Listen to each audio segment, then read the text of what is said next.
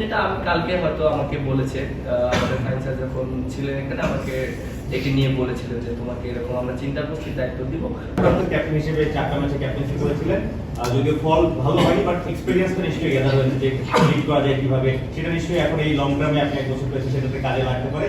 পাশাপাশি second question, আসলে ক্যাপ্টেন্সির চাপ কিন্তু আপনার ব্যাটিং এর প্রভাব পড়েনি, সেই 4 ম্যাচে দল ফল পায়নি, কিন্তু আপনি কিন্তু 3টা ফিফটি হারিয়েছিলেন। তো অল টুগেদার আসলে মিরাজের ক্যাপ্টেন্সির চাপটা কতটুকু থাকবে, ব্যাটার মিরাজকে কি সেটাকে কতটুকু আসলে চাপ মুক্ত থাকবে, আর প্ল্যানিং থেকে আসলে শ্রীলঙ্কা আপনি যেটা বললেন যে হ্যাঁ আমার ক্যাপ্টেন্সি ডেবিউ হয়েছে একটা সিচুয়েশনের ভিতর থেকে, শান্ত তখন ক্যাপ্টেন ছিল, ওই ইনজুরি হয়ে গিয়েছিল বলে আমি হয়তো অস্ট্রেলিয়ান সিরিজটা আমাকে দেওয়া হয়েছিল, আমি তখন ভাইস ক্যাপ্টেন হয়তো ছিলাম, এর জন্য করেছিলাম।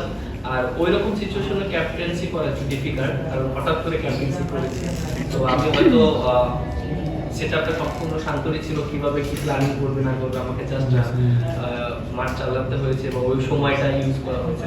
সো হ্যাঁ অবশ্যই ওই 4টা ম্যাচে অবশ্যই আমার অনেক এক্সপিরিয়েন্স হয়েছে, এবং আশা করি একটা জিনিস দেখেন লং টাইমের জন্য পেলে একটু ভালো হয়, টিমকে বুস্ট আপ করা যায় কিভাবে করলে ভালো হবে। সো যেহেতু 1 বছরের জন্য পেয়েছি, আমি চেষ্টা করব যে টিমটাকে সুন্দর একটা জায়গায় দাঁড় করে ক্রিকেট খেলছে ওয়ানডেতে, যে সময় বাংলাদেশ দল বলা হচ্ছিল এই সময় সবচেয়ে ভালো ডেলিভারি দেবে, কিন্তু সবচেয়ে বাজে ডেলিভারি দিচ্ছে। এই জায়গা থেকে দলকে আপনি বের করে আনবেন কিভাবে? আর এমন সময় আরেকটা বিষয় হলো, ক্যাপ্টেন হলেন আপনি, যে সময় নাজমুল হোসেন শান্ত কিন্তু প্রেস কনফারেন্স করছিল, তিনি জানতেন যে তিনিই ক্যাপ্টেন আছেন, সেই প্রেক্ষাপট থেকে এই পরিবর্তনটা কেমন মনে হলো? আর আপনি এই যে ক্যাপ্টেন হলেন, দলটা কি আপনাকে জিজ্ঞেস করে করছে না শান্ত আগে করে ফেলেছে? না, আপনি যেটা বললেন যে এখন তো যেহেতু টেস্ট ম্যাচের ও ক্যাপ্টেন্সি করছে, ওর সাথে ওইভাবে ডিসকাস করেছে, ওডিআই তো এখনো কোনো ডিসকাস করেনি।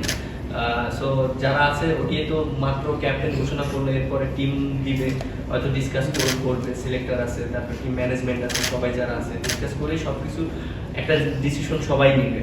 আর একটা জিনিস কি বললেন, এটা বললাম যে শান্ত যখন প্রেস কনফারেন্স করে তখন সে জানতো যে সেই ওয়ানডে ক্যাপ্টেন সেই আছে, এই সময় থেকে হঠাৎ করে মানে এই যে সুইফট হলো, চেঞ্জ হলো। একটা জিনিস কি, ও তো লাস্ট অনেকদিন ধরে ক্যাপ্টেন ছিল, এবং একটা জিনিস কি যে যখন ওডিআই এবং টি20 ছিল, ও তো একটা নির্দিষ্ট ম্যাচ পর্যন্ত ছিল এবং ওটা শেষ হয়ে গিয়েছিল, বাট ওকে তারপর হয়তো কন্টিনিউ মনে করেন 2টা সিরিজ করার জন্য করেছে, বাট ওর সাথে হয়তো ডিসকাস করেছে বা কি করেছে, হয়তো টেস্ট টিম নিয়ে ডিসকাস করেছে, ওডিআই করেছে কিনা আমি ওরকম ভাবে করতে পারবো না। বাট আমাকে যেটা আমি কালকে হয়তো আমাকে বলেছে, আমাদের ফাইন্যান্সার যখন ছিলেন এখানে আমাকে এটি নিয়ে বলেছিলেন যে তোমাকে এরকম আমরা চিন্তা করছি, দায়িত্ব দিব, কারণ আমাদের খুব তাড়াতাড়ি এই ডিসিশনগুলো নিব, কারণ আমাদের যেহেতু ওডিআই টিমটা আমরা সেট করতে হবে, আমাদের সামনে খেলা আছে, বেশি দূরের নেই সময়টা, সো আমরা ওইভাবে প্ল্যানিং করছি।